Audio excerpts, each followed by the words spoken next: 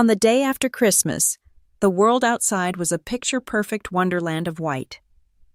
Inside, the only thing that felt real was the bitter taste of my brother's words and the cold reality that my life, a tidy world of blueprints and deadlines, had suddenly become a story with no home. I thought it was the end of my story, but sometimes, when you've lost everything, the universe is just clearing the way for a brand new beginning. How did my life go from a cardboard box on a cold street to a 7-figure inheritance in less than 24 hours? The sweet, familiar scent of Christmas dinner still clung to the kitchen, but a single sentence from my brother was all it took to turn that world upside down, leaving my pride to crumble in the sudden cold silence. "Nobody helps a penniless woman," Daniel said, tossing his napkin onto the half-empty table. "You made your bed, Emma. Now sleep in it." It was the day after Christmas. Snow fell in lazy spirals outside the window, the kind that made the world look peaceful if you didn't know how cold it really was.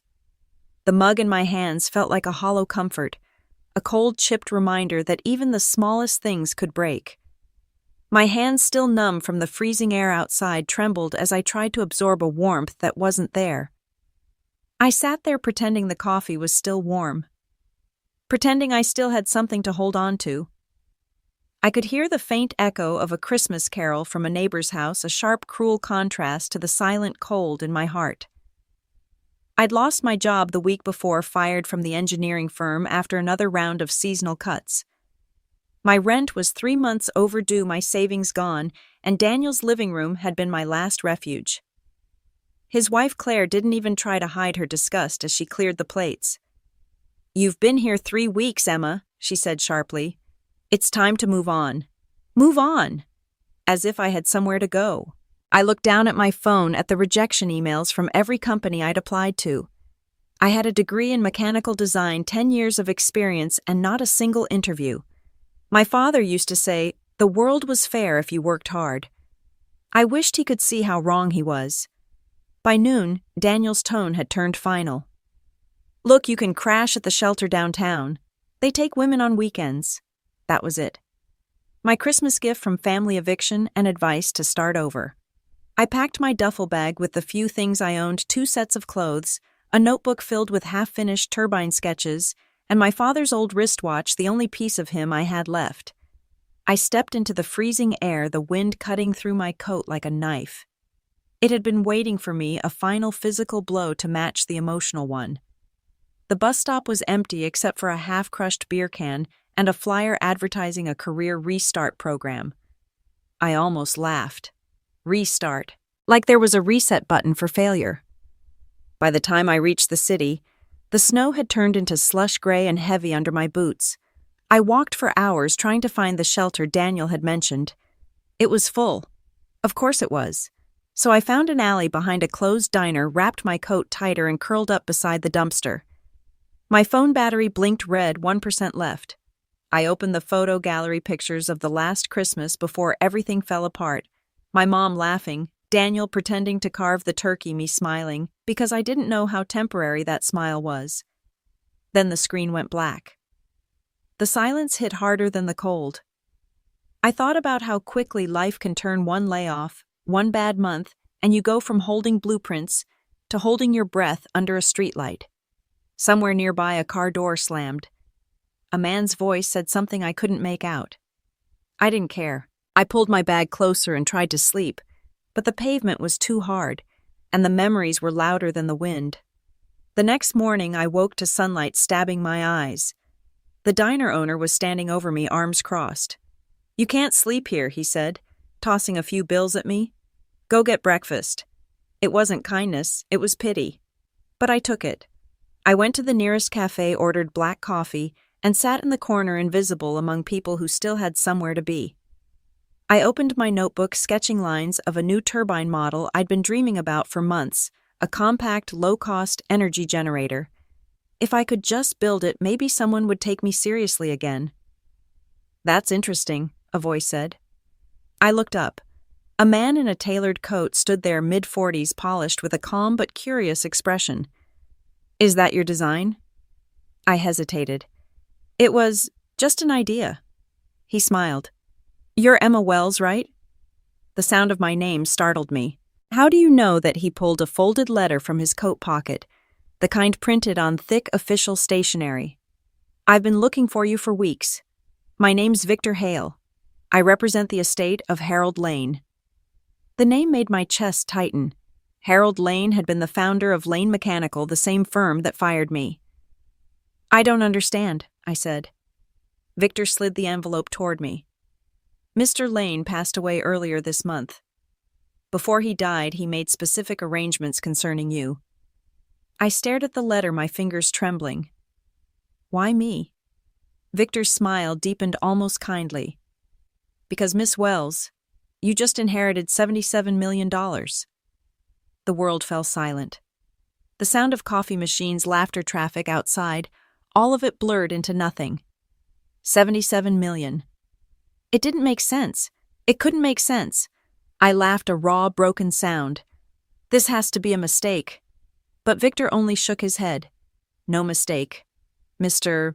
Lane left everything to you, his shares, patents, and controlling interest in the company. He said you'd know what to do with it when the time came. My heartbeat pounded so loudly I could barely breathe. Yesterday I was homeless. Today, I was an heiress to the empire that had thrown me away. I stared out the cafe window at the gray streets of Chicago, at people hurrying past like nothing extraordinary had just happened. Miss Wells, Victor said softly, "Are you all right?" I looked at him and whispered the only words I could manage. "What happens now?" He smiled faintly. "Now, Emma. Everything changes."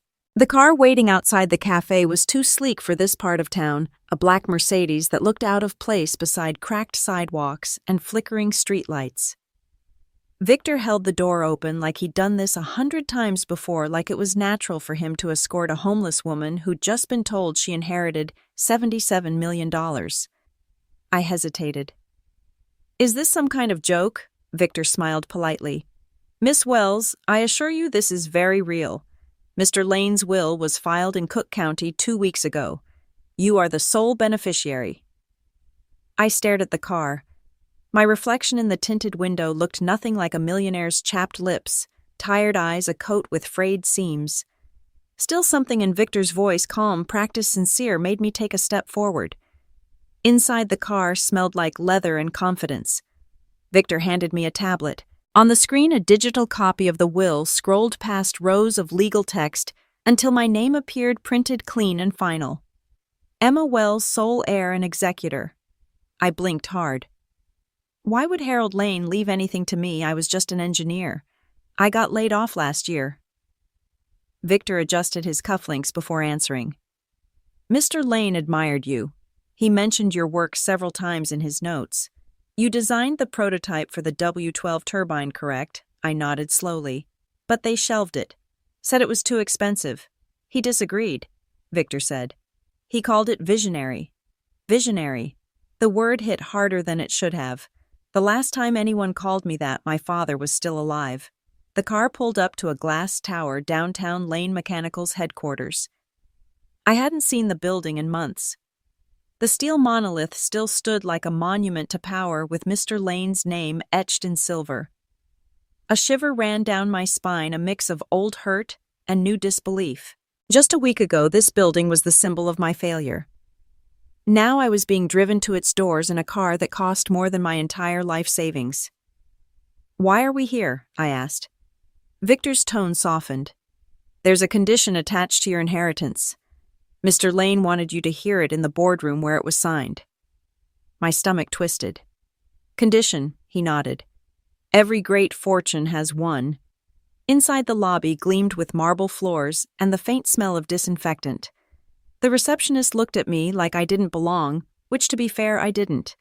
Victor guided me to the elevator and we rode in silence to the 34th floor. When the doors opened, I froze. The boardroom looked exactly as I remembered, long table glass walls, skyline view. Except now, Mr. Lane's chair at the head was empty. Victor gestured for me to sit. "Before he passed, Mr. Lane recorded a message for you." He pressed a button on a small device and the speakers crackled to life. "Emma, Mr. Lane's voice began gravelly but steady. "If you're hearing this, I'm gone." You always reminded me of myself, stubborn, curious, impossible to manage. The company forgot what it means to innovate. I believe you can remind them. He paused, the sound of a weak breath filling the silence. I've left you my controlling shares in Lane Mechanical. But there's one requirement: you must serve as CEO for 1 full year. If you refuse or fail, the entire estate goes to the Industrial Education Trust. I sat there staring at the polished table, the words echoing in my head. CEO. Me. The woman who'd been sleeping behind a diner last night. Victor shut off the recording. He believed you were the only person who could restore his vision. I laughed, but it came out hollow. I'm not a leader. I can barely pay for coffee. Maybe that's exactly why he chose you, Victor said. People who've lost everything tend to know what really matters. He slid a folder across the table. This is your official appointment letter. The board meets tomorrow morning to confirm it. The paper felt heavy in my hands. They're going to hate me, I said quietly. Victor smiled faintly. They already do. That's why you'll surprise them. I looked out the window. From up here, the city looked calm, like chaos couldn't touch it. But I knew better. I'd seen what it looked like from the ground. What if I fail? I asked. Then the company dies, Victor said simply. But Mr. Lane didn't believe you would. The rest of the afternoon passed in a blur of signatures and legal explanations. By the time I stepped outside, the sky was dark and the streets glowed with the reflections of traffic lights on wet pavement. Victor handed me a keycard and an address. We've arranged accommodation for you at the Edgewater Hotel. You'll find clothes, meals, and an assistant waiting in the morning. Don't be late for the meeting. Why are you helping me? I asked.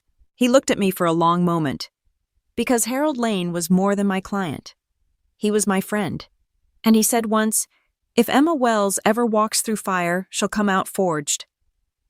I'd like to see if he was right. Then he stepped into the car and disappeared into the city lights. I stood on the sidewalk, clutching the folder like it might vanish. The irony was almost cruel.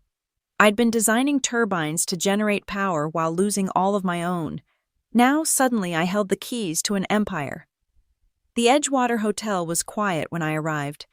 The suite waiting for me was larger than my entire old apartment, white linens, marble bathroom, a view of Lake Michigan stretching to infinity.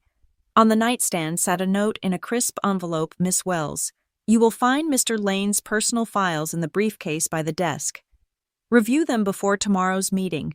He believed you'd understand what to do next. Victor, I sat on the edge of the bed, my mind spinning faster than any turbine I'd ever built.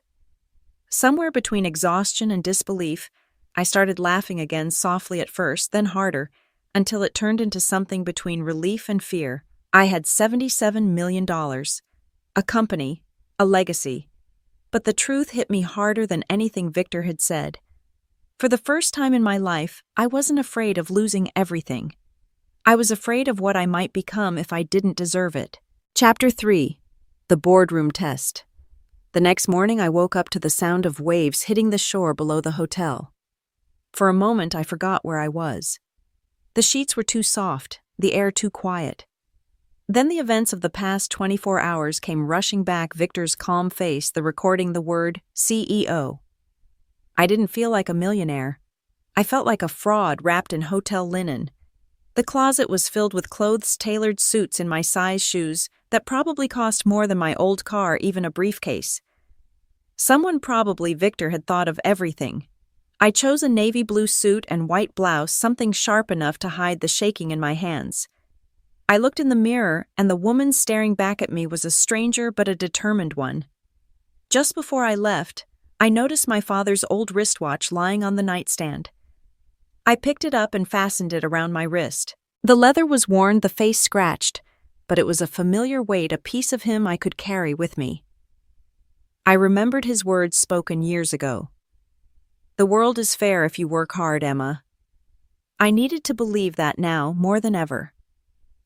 When I reached Lane Mechanical's headquarters, the sky was heavy with snow.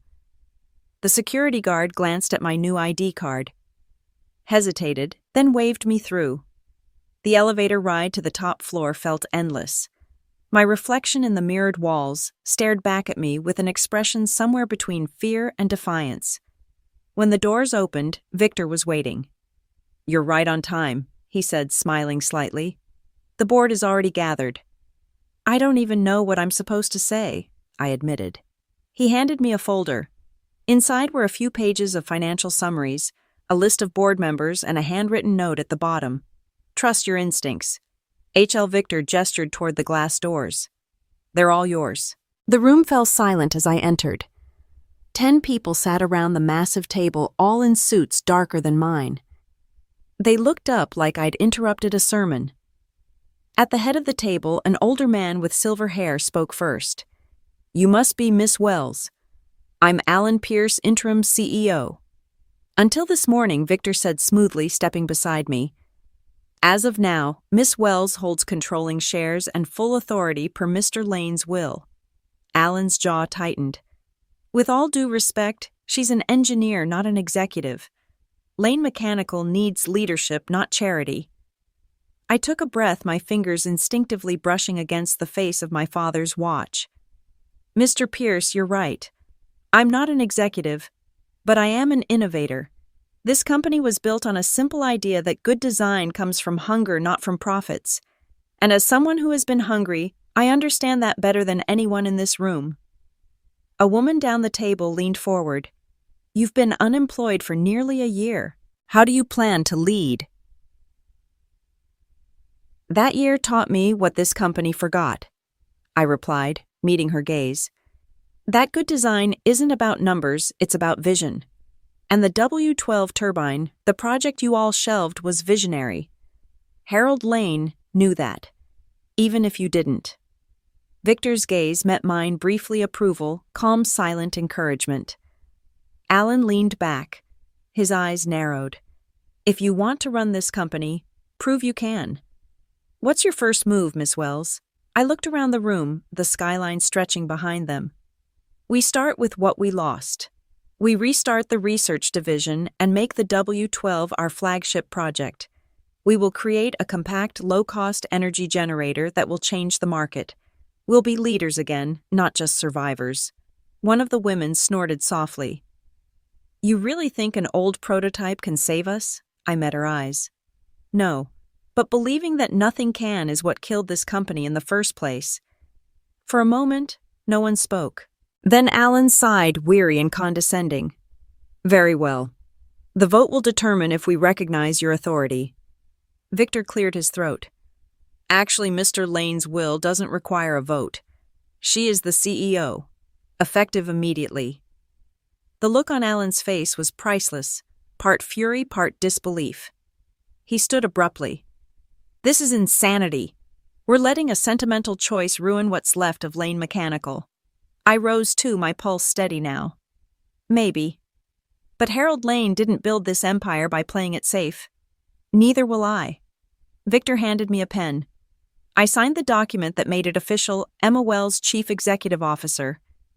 The title felt unreal, but also like something I'd been running toward my entire life without realizing it. After the meeting, Victor walked me to the elevator. "You handled that well," he said. "I handled it," I murmured. "Well, it is debatable." He smiled. "They'll test you again. Be ready." But for what it's worth, Harold would have been proud. "Did he ever say why he trusted me?" I asked quietly. Victor thought for a moment. "He said you had one thing none of them did, a reason." When the elevator doors closed, I finally exhaled. My reflection looked steadier than it had that morning. I wasn't sure if I'd earned this power, but I knew I wouldn't waste it. Outside, snow fell harder, coating the streets in white. I walked toward the waiting car, every step echoing with the weight of what had just happened. Homeless yesterday, CEO today. And somewhere between those two worlds, I realized I wasn't the same person anymore. Because once you've lived through rock bottom, walking into a room full of men who doubt you doesn't feel scary. It feels like home. Chapter 4. Shadows in the Company. The applause in the boardroom had barely faded when I realized it wasn't for me, it was for themselves, for surviving another meeting under a new name that meant nothing to them. The moment the doors closed, the smiles did too. I could feel the air shift as I walked down the hallway. People whispered. Some nodded politely. Others looked away. News traveled fast. Harold Lane's hand-picked successor was a broke former engineer who just walked in from the street. Victor had warned me they would test me. He hadn't said they'd start immediately. The elevator opened to the executive floor. My new office was vast, sterile, too, polished to feel real. A wall of glass looked over the city. The desk was empty except for a sleek computer and a small plaque that read, CEO, Emma Wells. I stared at it, wondering how long it would take before someone scraped my name off. A knock came at the door. A tall man in a charcoal suit stepped in, early 40s, sharp eyes, sharper smile. Mason Trent, he said, offering his hand. Chief Operating Officer. Welcome aboard, Ms. Wells. Or should I say, welcome back. I shook his hand. His grip was firm, confident, the kind of confidence that comes from knowing everyone answers to you, whether they admit it or not.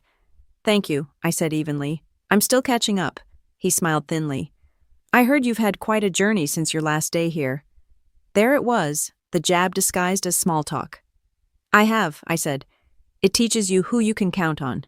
Well, he said, leaning against the doorframe, you can always count on me for now. For now. The two words landed heavier than he probably meant them to. Or maybe exactly as he meant. After he left, I called Oliver, Harold Lane's former chief financial advisor. He'd been silent since the will was announced. When he picked up, his voice was cautious. I heard you're back in charge, he said. I am, I replied. But not for long if I don't fix this mess. I need someone I can trust, Oliver. Are you still in? He paused. You know what this means, right? Mason runs half the board. They'll try to push you out before quarter's end. I know, I said quietly. That's why I need you. By the end of the day, I had a small team, Oliver, Lydia from R&D, and a few engineers who still believed in Lane's original mission. Everyone else either avoided eye contact or watched from the shadows. That night I stayed late in the office, wading through stacks of old project files. The records were disorganized, scattered across various drives and folders, but as a former engineer, I saw the patterns. Buried in one folder labeled Confidential, I found something strange. A series of payments to offshore accounts under Mason's authorization.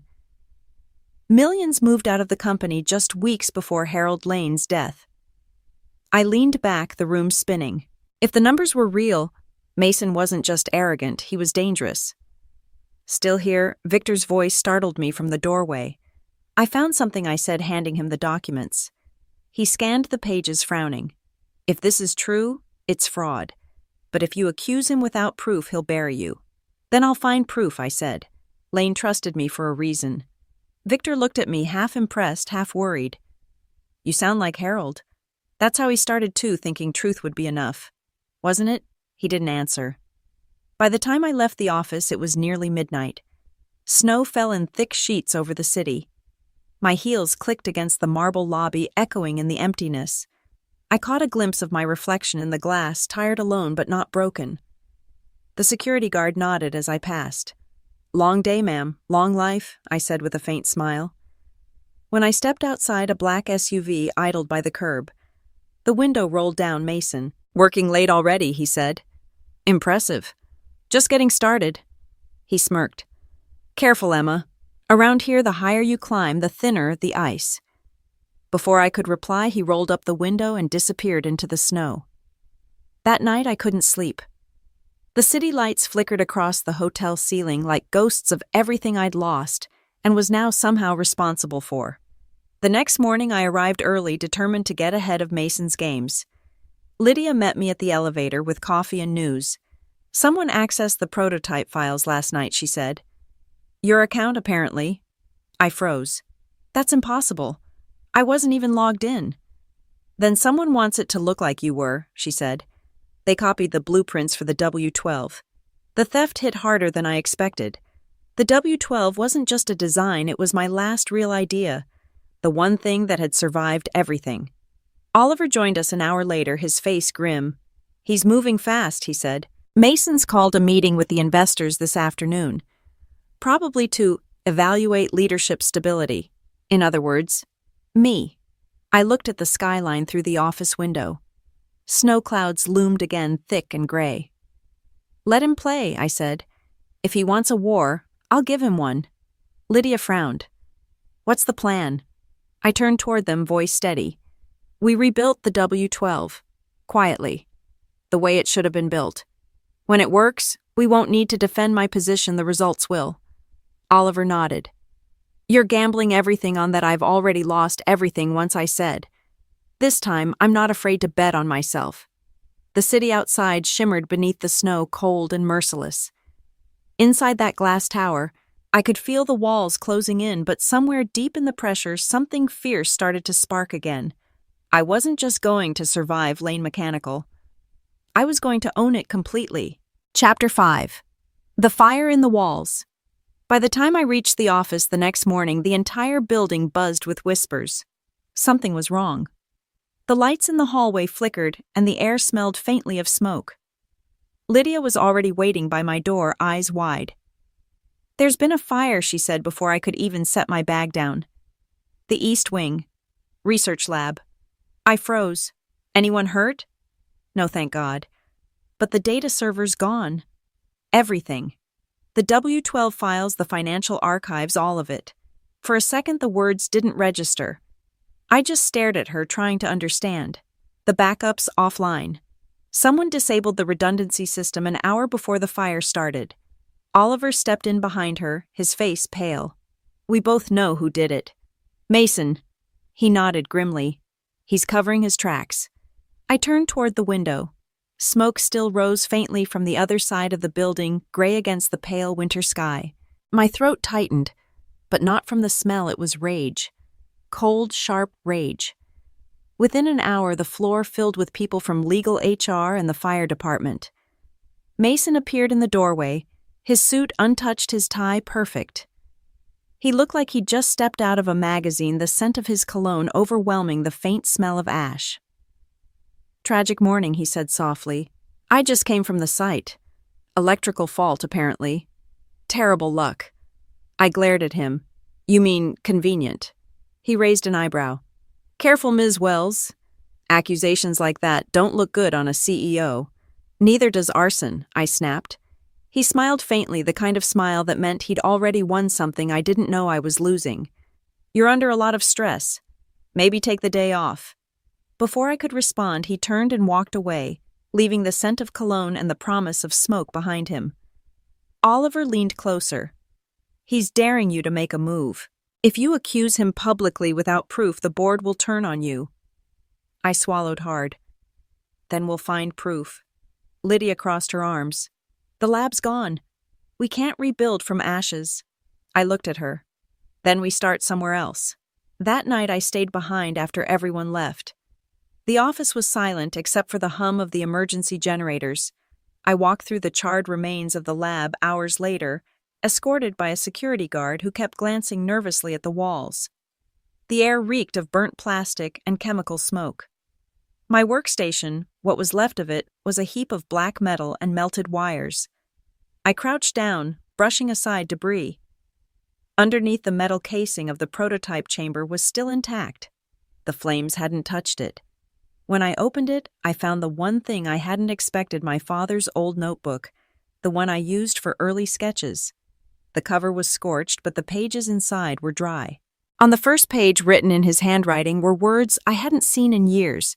If they burn it down, rebuild better. The next day, Mason called an emergency board meeting. He stood at the front of the room looking somber. It's an unfortunate setback, he said, but it highlights a deeper issue: lack of oversight. I suggest appointing an operations committee to share responsibility.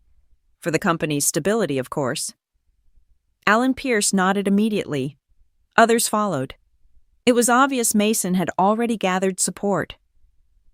I waited until the murmurs died down before standing. A knot of anxiety twisted in my stomach. He thinks he's won. He thinks I'm broken. But he doesn't know what I'm made of. An oversight committee, I said, my voice steadier than I felt. Or a leash.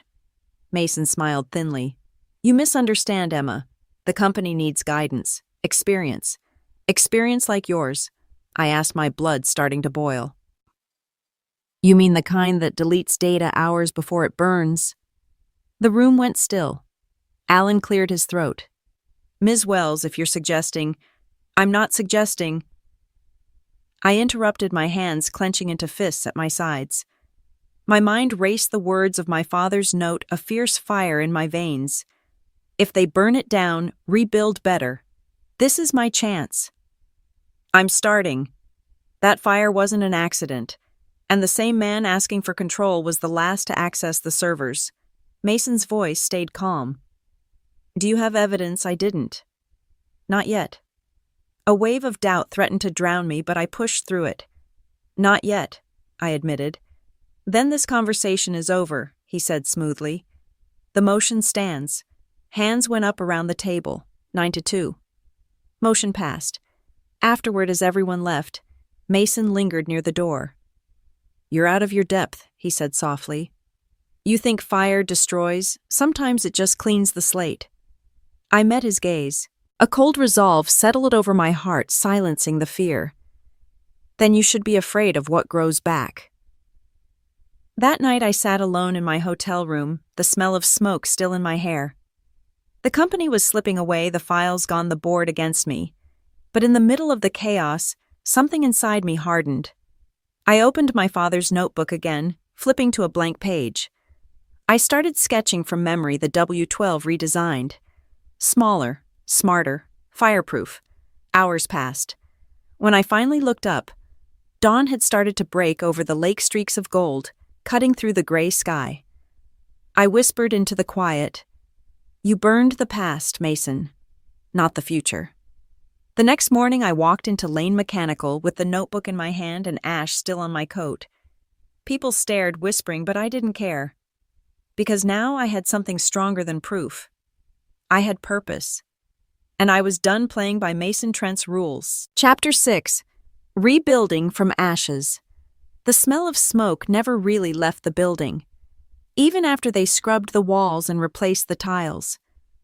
It lingered faint but constant, a reminder of how fragile everything was. I walked past the blackened corridor every morning, refusing to let anyone repair it. I wanted Mason to see it, to know I hadn't forgotten. Oliver met me in my office with a folder full of bad news. The insurance claims stalled, he said. They're calling it an unconfirmed cause, which means Mason got to them first. Of course he did, I said. He's turning the fire into his alibi. Oliver placed the folder on my desk. The board's starting to doubt you, Emma. They think you're obsessed with this conspiracy. Then I'll give them something else to believe in, I said. He frowned. You're talking about the prototype again. Yes, the W-12. I opened my father's notebook and spread the sketches across the desk. This isn't about proving Mason wrong. This is about proving Harold Lane right. My father built this company on the belief that a good idea can change the world. He believed in this turbine. If we rebuild it, we don't just save Lane Mechanical, we save his legacy. Or it'll blow up in your face literally or politically, he warned. I smiled faintly. I've faced worse explosions. That afternoon, I gathered what was left of the engineering team in the abandoned West warehouse.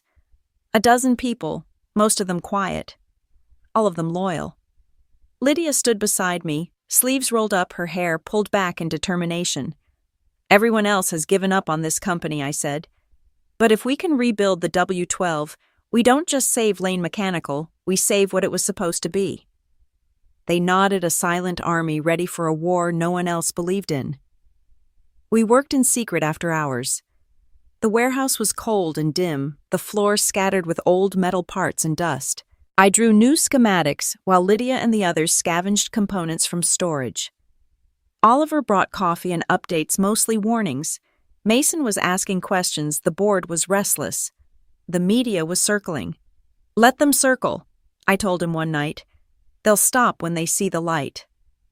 By the second week, we had the first turbine frame assembled. It was rough, uneven, but alive. The hum of drills and the clank of steel filled the silence that had haunted me since the fire.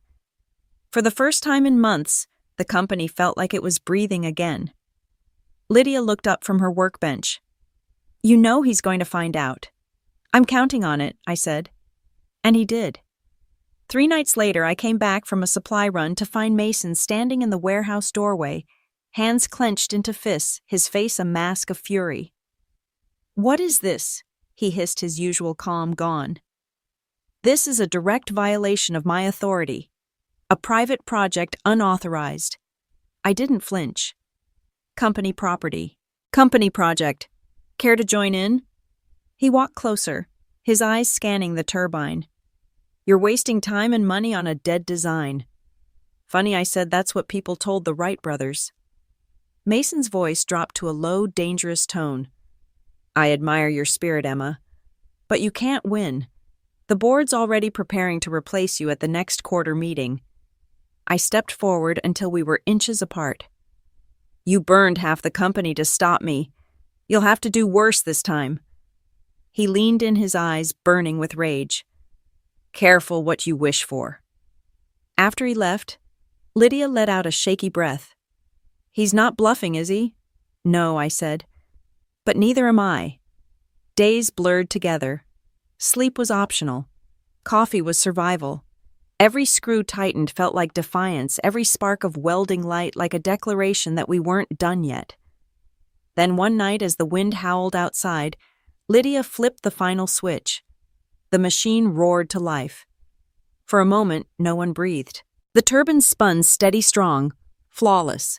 The lights in the warehouse brightened with the surge of clean energy it generated. Lydia laughed out loud, tears in her eyes. "It works. It actually works." I touched the edge of the frame, feeling the vibration through my fingertips. "No, Lydia," I said softly. "It lives." We celebrated with cheap pizza and warm soda, exhausted but ecstatic. Oliver showed up an hour later, smiling for the first time in weeks. "Congratulations," he said. "But we've got a problem." "Of course we did." He set a newspaper on the table. The headline read, "CEO under fire for mismanagement and secret projects." Mason's fingerprints were all over it. He'd leaked photos of our work, twisted the story into something sinister. "They're calling it the rogue engineer scandal," Oliver said. "He wants to make you look unstable." I stared at the paper, then at the humming turbine beside me. "Then we go public our way." Lydia frowned. "What do you mean?" I turned to Oliver. "We'll host a demonstration. Invite the press, the investors, the board. Let them see the truth for themselves." He hesitated. "That's risky. If anything goes wrong, everything's already gone wrong," I said. "It's time something went right." The next morning, I sent the invitations. The event was set for Friday. I spent every night testing, recalibrating, praying to whatever was listening that the turbine wouldn't fail. On the day of the demonstration, I stood before the machine palms, sweating, cameras flashing. The board sat in the front row, Mason watching from the corner, arms crossed. I took a deep breath and hit the switch. The turbine hummed, then roared to life, flooding the room with light and sound. Reporters gasped. Engineers cheered. For one shining moment, Lane Mechanical felt alive again. Mason's smile faltered. He leaned toward Alan and whispered something, but I didn't care. Because at that moment, standing in the glow of the machine I'd rebuilt from ashes, I realized I wasn't fighting for the company anymore. I was fighting for myself, and I wasn't losing. Chapter 7. The Deal That Never Was. The applause still echoed when Mason stepped forward, clapping slower than everyone else. The cameras caught his smirk, the practiced charm of a man pretending not to be furious. The board members whispered among themselves, eyes darting between the glowing turbine and me. "Impressive," Mason said finally, his tone laced with something sharp. "Really, Emma, I didn't think you had it in you." "I'm full of surprises," I replied, smiling for the cameras. He leaned closer, his voice low. "Enjoy your victory lap. It's going to be your last." The press didn't notice the venom under his tone. They were too busy taking photos, asking questions about innovation, sustainability, and leadership vision. By the end of the day, Emma Wells Saves Lane Mechanical was trending across every business feed. Investors started calling again. Old clients who'd gone silent wanted meetings. For the first time since Christmas, I felt like I could breathe. Oliver poured champagne in my office that night. "You did it," he said, grinning. "You just saved this company." I raised my glass. "No, we saved it." But Lydia was quiet. She sat on the edge of the desk, scrolling through her phone. "You might want to see this," she said finally. She turned the screen toward me, a news article fresh from the finance section. Breaking Lane Mechanical receives $200 million buyout offer from Vantage Industries. Mason's photo sat right beside the headline. The champagne suddenly tasted like ash. "He's trying to sell the company," I said. Oliver nodded grimly. "Vantage is one of his shell partners. It's a hostile takeover disguised as an investment." The next morning, Mason called an emergency board meeting. He strode in like a man who owned the room.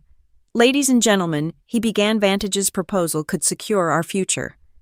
They're offering double market value plus immediate liquidation of all debts. This is an opportunity none of us can ignore." I stood. "You mean you can't ignore it?"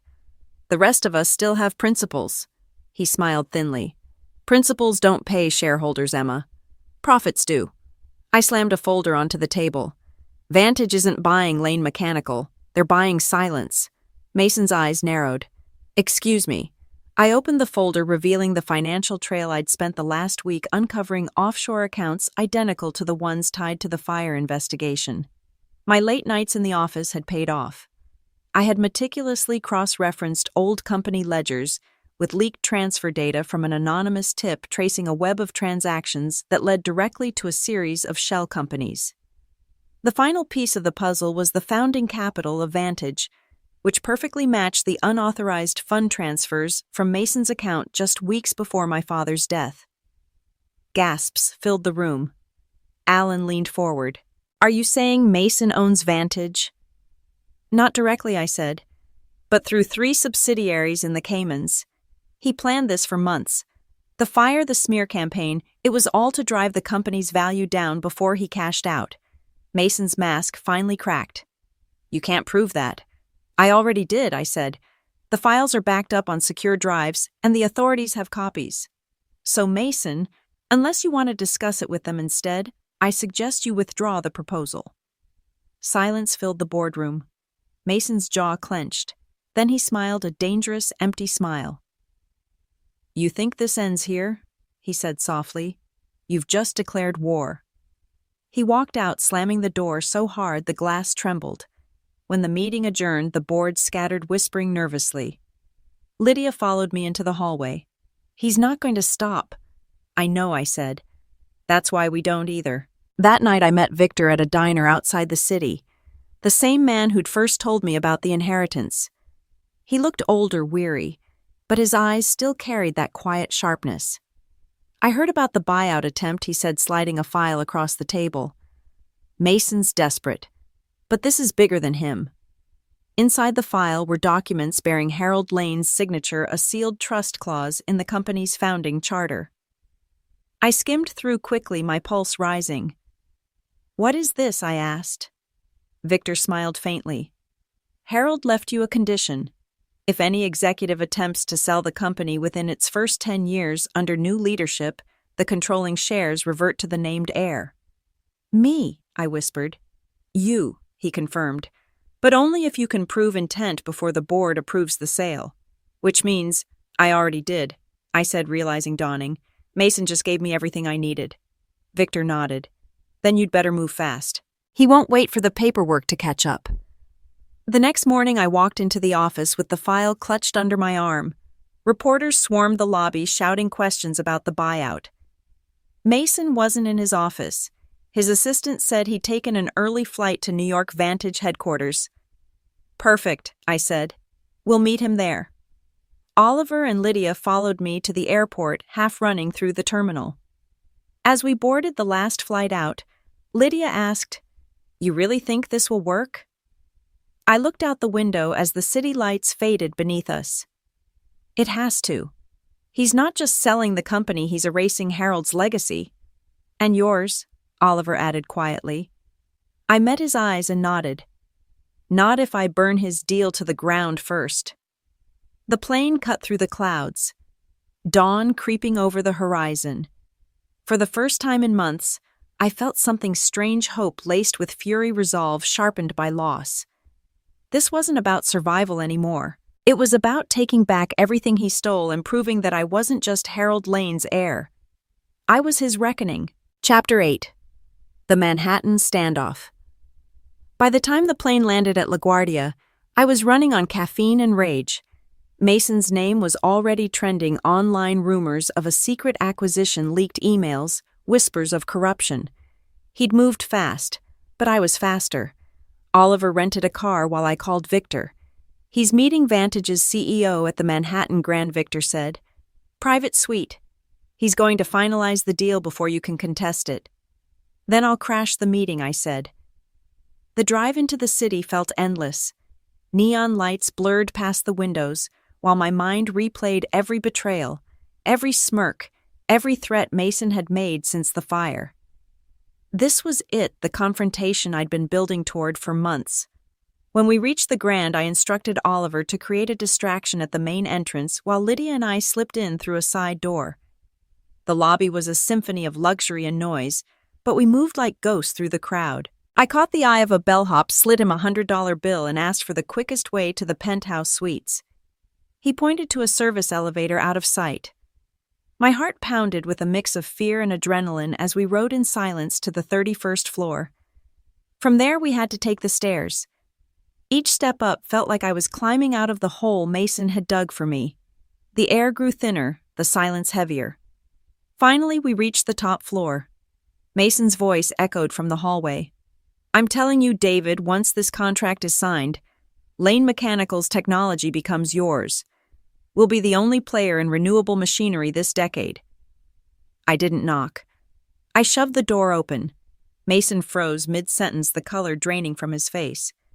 The man beside him, David Lang, CEO of Vantage Industries, straightened, startled. Well, I said, stepping inside, don't stop on my account. Emma Mason began forcing a smile. You're out of line. This is a private illegal, I cut in. You're negotiating a sale without full board approval in violation of company charter and corporate law. Lang frowned. Is this true? Mason shot him a look. Don't listen to her. She's bitter, unstable. Lost control of the board months ago. I tossed the folder from Victor onto the table. Then you'll love this bedtime story. The original trust of Harold Lane, founder and owner, states that any executive caught attempting an unauthorized sale loses all company shares. Permanently. Lang picked up the document, flipping through the pages. Is this real? It's notarized, I said, and filed with the New York Corporate Registry this morning. Mason's composure cracked. You can't just... I can, I said, because I'm Harold Lane's legal heir. You burned down a lab-sabotaged company property and forged a deal with yourself through Vantage's shell accounts. It's over. Lang pushed back his chair. Mr. Trent, I don't appreciate being dragged into criminal activity. Consider our talks terminated. He left the room without another word. The silence that followed was thick and electric. Mason turned on me, voice shaking with fury. You think this makes you the hero? You just killed the only deal that could have saved your company. Saved? I laughed. You were never saving it. You were gutting it and selling the pieces. He took a step closer, eyes dark. You don't know what it takes to run an empire. Your father handed you a fortune you didn't earn, and you're about to destroy it with your ego. I held his gaze. You're right. I didn't earn it. I rebuilt it. From ashes. From your lies. Mason lunged forward, suddenly grabbing my wrist. You're making a mistake, he hissed. Oliver, who had just entered the room, moved before I could respond, pulling him away. Touch her again, and you'll regret it. Security burst in seconds later. Hotel staff followed by 2 police officers. Victor must have called ahead of time. Mason froze as they read him his rights. This is ridiculous, he shouted. You can't arrest me for doing business, wire fraud, corporate espionage, and arson, one officer said. You'd be surprised what counts as business these days. They cuffed him, and as they led him out, he turned to me one last time. You'll regret this, Emma. You can't run that company without me. I watched him go, my pulse pounding, my hands trembling, not from fear but from release. "Watch me," I whispered. When the door finally closed, the silence hit me like a wave. Lydia slumped into a chair, tears glimmering in her eyes. "It's over," she said softly. I nodded, sinking onto the couch. "It's over." Oliver handed me his phone. "Not quite. You might want to see this." The news was already spreading photos of Mason in handcuffs headlines, calling him the CEO who burned his own company. My face appeared in the corner of every article. Emma Wells exposes corporate scandal, becomes youngest female CEO to reclaim fortune. I stared at the screen, numb. Lydia grinned. "You just made history." "No," I said quietly. "I just made things right." Outside Manhattan glowed beneath the night sky. For the first time since the inheritance, the city didn't feel like a battlefield. It felt like a beginning. We left the hotel just as snow began to fall, soft and silent. Oliver hailed a cab, but I stood there for a moment, letting the cold air wash over me. Somewhere deep inside, I felt it, the weight lifting, the storm quieting. For months I'd been surviving. Now I am finally living. As we drove toward the airport, I looked back at the skyline, the reflection of lights shimmering on the glass. "Lane Mechanical isn't just a company anymore," I said softly. "It's proof that even after everything burns, you can still rebuild stronger." Lydia smiled. "What now?" I watched the snow swirl past the window. "Now," I said, "we go home. There's a future waiting to be designed." Chapter 9. The Weight of Legacy. The following morning, the phone wouldn't stop ringing. My name was everywhere: business networks, social media, even morning talk shows. The woman who saved her father's company. The CEO who exposed corruption. They made it sound glamorous, triumphant.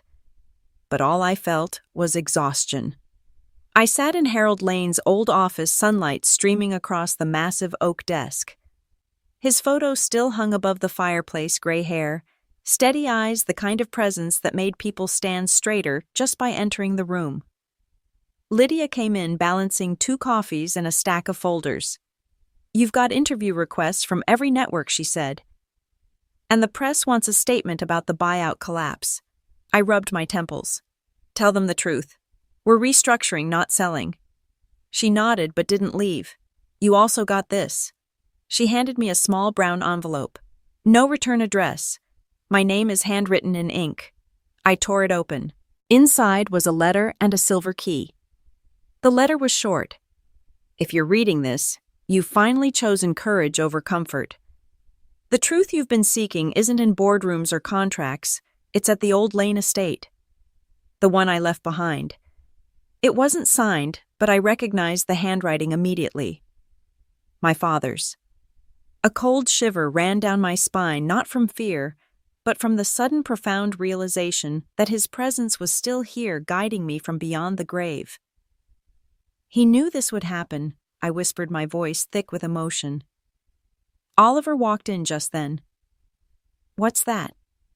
"My father left a key," I said. "To what, I don't know.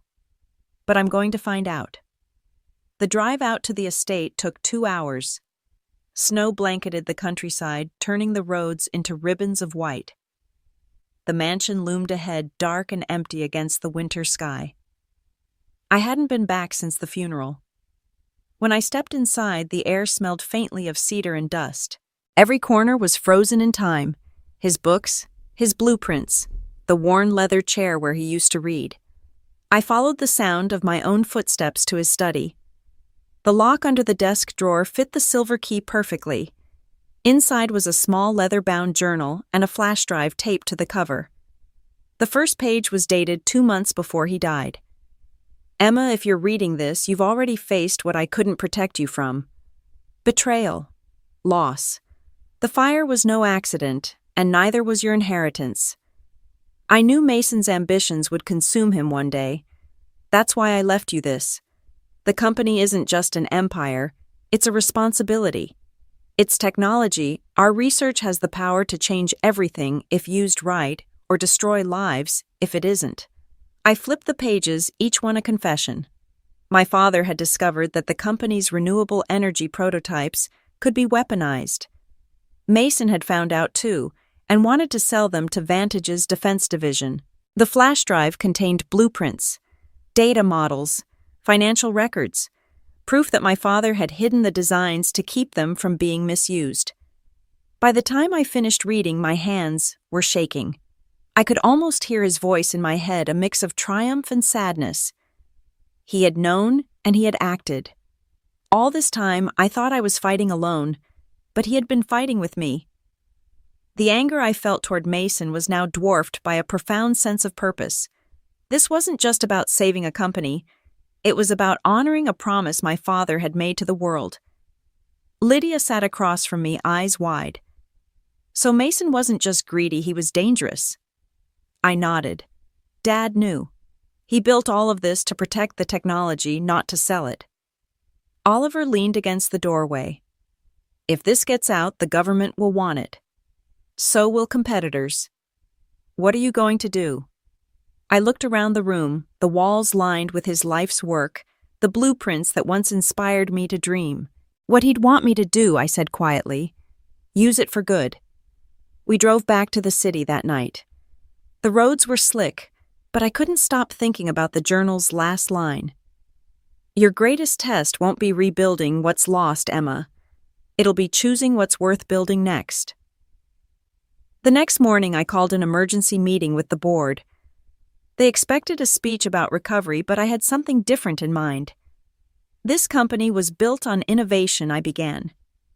But we've spent years chasing profit instead of purpose. My father's final research wasn't meant to make us richer, it was meant to change how the world creates energy. I showed them the data from the flash drive. The W12 turbine wasn't just a machine, it was scalable, sustainable, and capable of powering entire cities cleanly. It could end fossil dependency forever. The room went silent. This isn't about selling patents, I said. It's about building something that honors his legacy and restores ours. Alan Pierce crossed his arms. That's noble, Emma, but unrealistic. Research like that takes billions. Investors want returns, not revolutions. I met his gaze. Then we'll find new investors. People who believe in more than numbers. Oliver added. We've already had calls from the Renewable Futures Foundation. They're willing to partner. Alan sighed. You're gambling the company on an ideal. No, I said. I'm betting on the same thing my father did on people. After the meeting, I stood alone in the hallway looking out at the snow-covered city. The turbine spun in the distance, quiet and steady like a heartbeat. Lydia joined me, tucking her hands into her coat pockets. You think he'd be proud? I smiled faintly. He'd probably say, I'm reckless. But yes, I think he would. She nodded. Then maybe it's time to stop surviving his legacy and start living it. I turned toward her. Exactly. For the first time, I wasn't chasing redemption anymore. I was shaping something entirely new. A company built on integrity, on the belief that progress meant nothing without purpose. Somewhere deep in my chest, I could almost hear my father's voice again. Not as an echo, but as something alive. And for the first time since his death, I didn't feel like the lost daughter of a great man. I felt like his equal. Chapter 10. When the past calls back. 3 days after the board meeting, I thought the storm had finally passed. The headlines were settling, the engineers were back to work, and the first phase of the renewal initiative was already trending in the energy sector. For once, I felt in control of the story. Then my phone rang, and the past clawed its way back. Emma, it's Detective Ruiz. The name hit like a fist. The same officer who'd handled the arson case months ago. We've recovered new evidence from the fire site. You might want to see this in person. My heart thudded. Is Mason involved? A pause. It's complicated. Can you come to the station today? When I arrived, the air smelled of coffee and metal. Ruiz led me down a hall lined with old case files until we reached a small room. On the table was a sealed evidence bag containing a scorched USB drive. It was buried under the lab floor, he said. Recovered during reconstruction. The tech team restored fragments. He plugged it into a laptop. The screen flickered, revealing video footage time-stamped the night before the fire.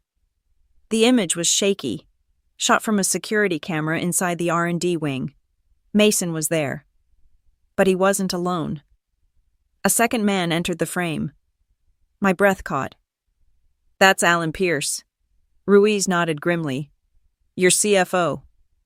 On the video, Mason handed Alan an envelope.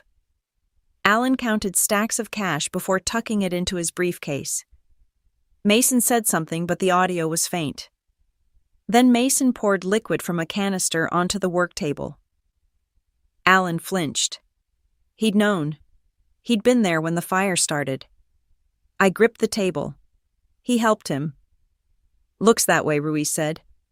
"We'll be issuing a warrant. I thought you deserved to see it first." When I left the station, the city felt colder. The betrayal cut deeper than I expected, not because of Alan's greed, but because I'd believed he was one of the few who still cared about the company's mission. At the office, Lydia and Oliver were reviewing turbine schematics when I walked in. I dropped my bag on the desk. Alan was on the fire.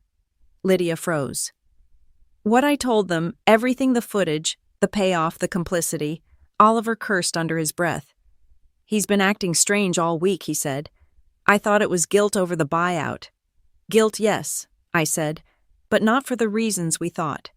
Before I could finish, my phone buzzed with a text. "Meet me at the river warehouse alone. We need to talk." "Alan," Lydia glanced at the screen. "You're not seriously going." "I have to," I said. "If he's desperate, he might say something the police can use." Oliver grabbed his coat.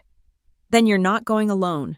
The river warehouse was empty except for the echo of dripping water and the hum of passing traffic outside. Alan stood near the loading bay door, hands in his pockets, looking thinner, older. His tie was loosened, his face pale. "Emma," he said quietly, "thank you for coming." "You should be thanking Detective Ruiz," I said. "He's about 10 minutes behind me." He winced. "I didn't mean for it to go that far. Mason said it was just a scare tactic, just damage control. I didn't know he planned to burn everything. You took the money anyway." He looked away. "I had debts. Mason offered enough to fix everything. I thought I could protect the company from the inside once it blew over." "Protect it," I said sharply. "You almost destroyed it." Alan's voice cracked. "I know, and I'm sorry, but Mason's not the only danger you face. There's someone else." I frowned. "Who?" Before he could answer, headlights flashed through the broken window. A car screeched to a stop outside. Alan's eyes widened. He found me. Gunshots shattered the air. Oliver shoved me down behind a stack of crates as Alan collapsed, blood soaking his shirt. Outside, a door slammed. Footsteps receded into the night. "Call it in," Oliver shouted. By the time Ruiz arrived, Alan was gone. He'd died before the ambulance even got there. The detective crouched beside the body. 2 shots to the chest, close range. "Professional job." "Mason's in custody," I said, shaking. "It wasn't him." Ruiz straightened. "Then maybe he had help." That night I couldn't sleep. I sat in my office staring at the city lights until sunrise. Alan's last words haunted me. "There's someone else." Who? When the first light of dawn hit the windows, my computer pinged with an incoming email from an encrypted address. The subject line read, "You don't know what you've inherited." The message contained a single attachment, a scanned letter written in my father's handwriting, one I'd never seen before. "Emma," it began. "If this reaches you, it means my precautions failed. Lane Mechanical's energy design was not the only one. There's a second prototype one I buried for a reason. Not everyone wants progress for the world. Some want control. Trust no one outside your circle."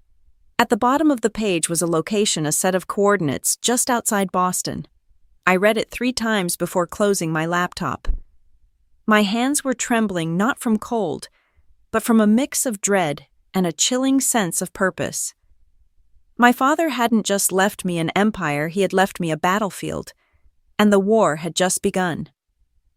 Lydia found me an hour later. "You haven't slept," she said gently.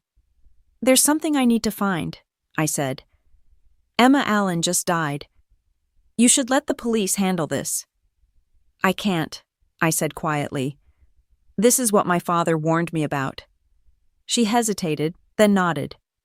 Then we'll go with you. No, I said, not this time. If anything happens, you keep the company running, promise me. Lydia's eyes glistened. You sound like him, you know. Harold. I smiled faintly. Then maybe I'm finally doing something right. As I left the office, the first snow of the new year began to fall soft and silent against the city streets. Somewhere in that cold, white haze, I knew the truth waited buried deep, dangerous, and unfinished. And whatever my father had hidden, it was time to unearth it. Chapter 11. The second blueprint. The drive to Boston felt like driving straight into the unknown. Snow blanketed the interstate, the world outside, reduced to endless white lines and fleeting headlights. My father's coordinates led to the outskirts of an abandoned industrial park, one of the company's earliest test sites, long shut down after funding cuts. The gate was rusted, the sign half buried in Snow Lane Mechanical, Research Division. B. I parked the car and stepped into the cold. The air smelled faintly of metal and frost. My breath came out in visible clouds as I pushed open the heavy door to the main building. Inside, the walls were lined with cobwebs and old posters of turbine models from decades ago. Everything felt untouched, like time had frozen when my father left. The coordinates led me down a narrow staircase to a locked steel door. I pulled out the key from his letter. It fit perfectly. The room beyond was small, barely lit, filled with dust-covered machines and stacks of boxes. A tarp covered something large in the center. When I pulled it back, I gasped. It was another turbine, but unlike anything I'd seen before. Sleeker, compact, the design years ahead of its time. A faded label on the base read, Prototype Z1. Next to it, a metal cabinet held several sealed folders. Inside, I found my father's final notes. Z1 is not for production. Too powerful. Unstable. Requires quantum regulator core energy amplification beyond safe thresholds. Destroy if compromised. I sat down on a crate, the paper trembling in my hands. The Z1 wasn't a project meant to save the world. It was one that could destroy it. The door creaked suddenly behind me. I froze. Quite a legacy your father, Harold Lane, left you, a voice said. I turned. A man stepped out of the shadows, mid-50s, well-dressed, calm in the way dangerous people are.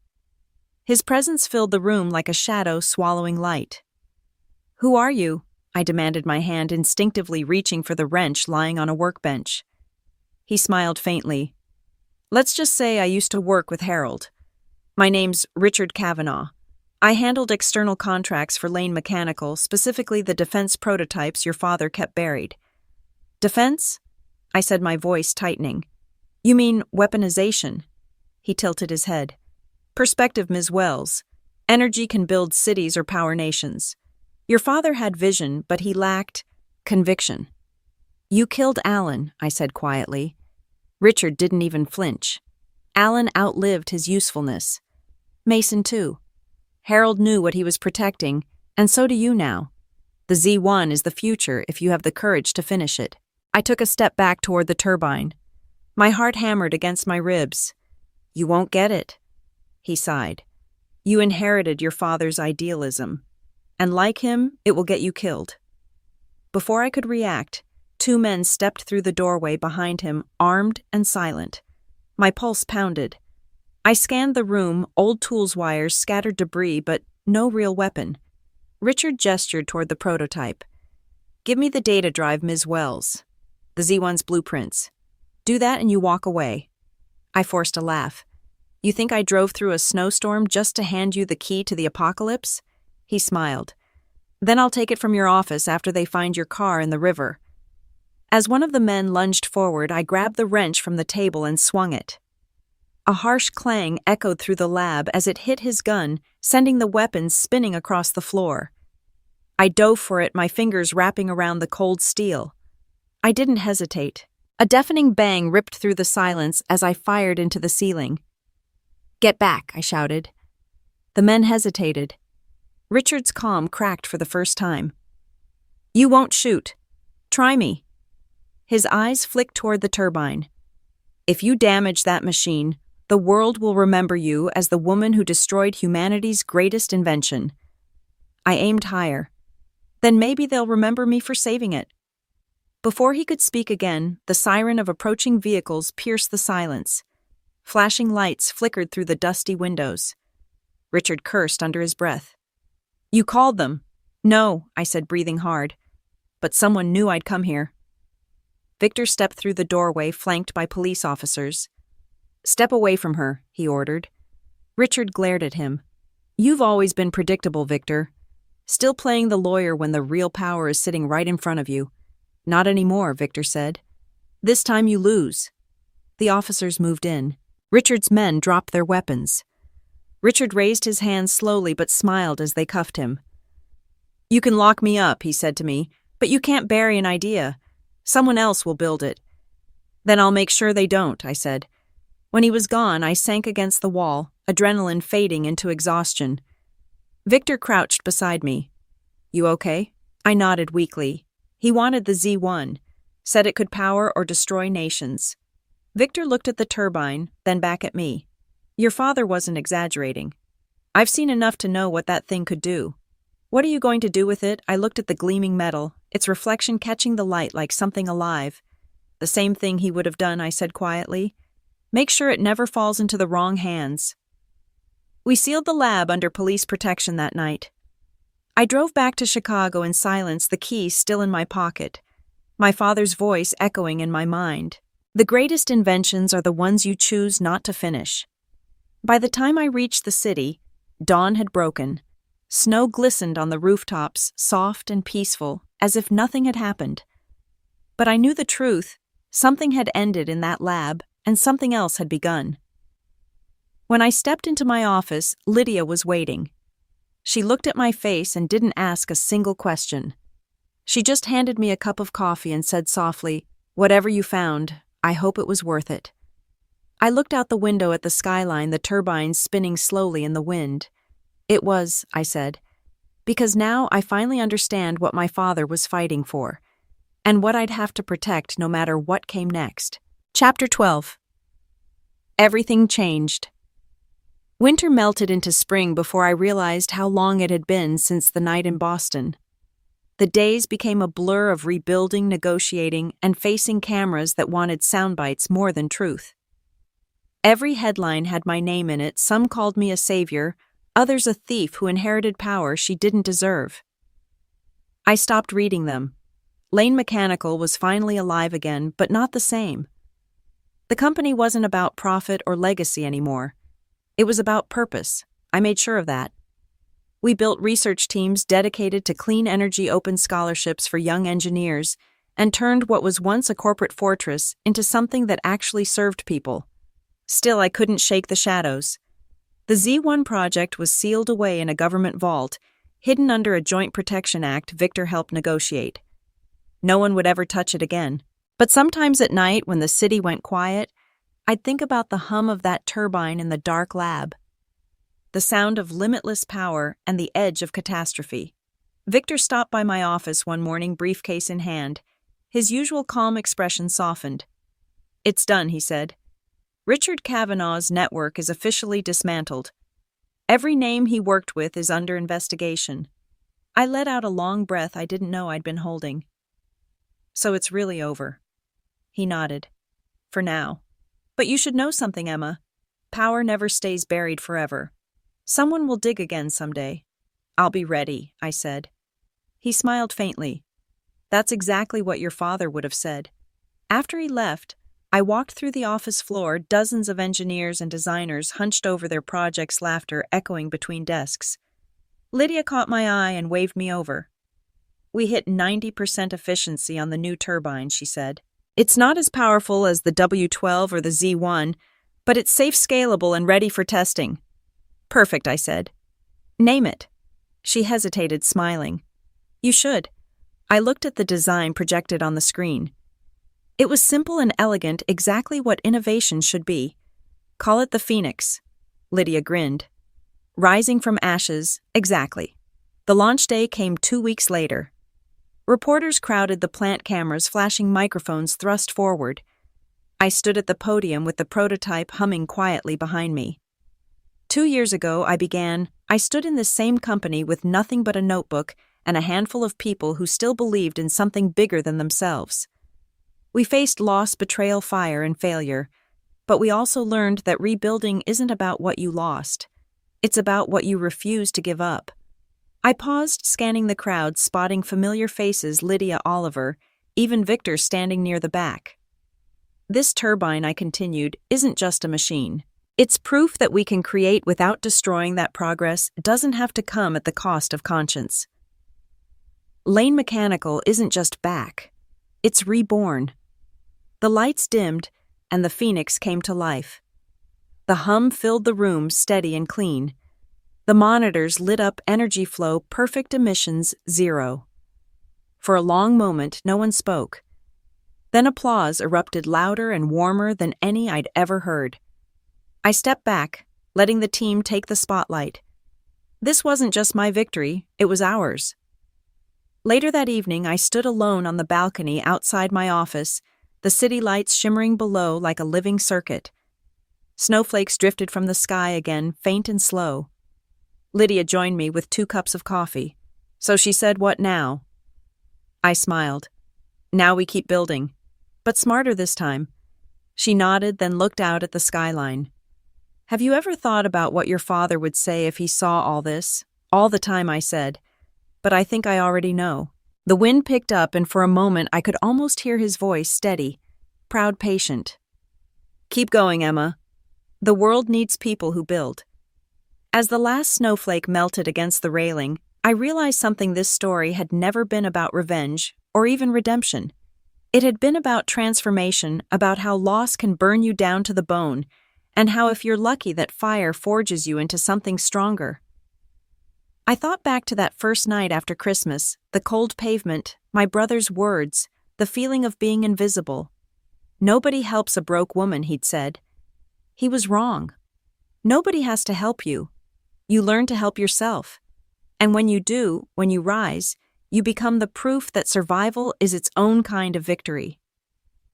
As I turned back toward the office, the turbine's soft hum drifted through the glass. It was the sound of hope, of beginnings.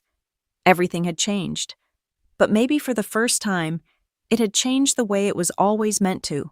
And as the city lights glowed like embers beneath the falling snow, I finally felt something I hadn't felt in years: peace. Because in the end, the empire my father built wasn't just a company. It was a heartbeat. And now it was mine.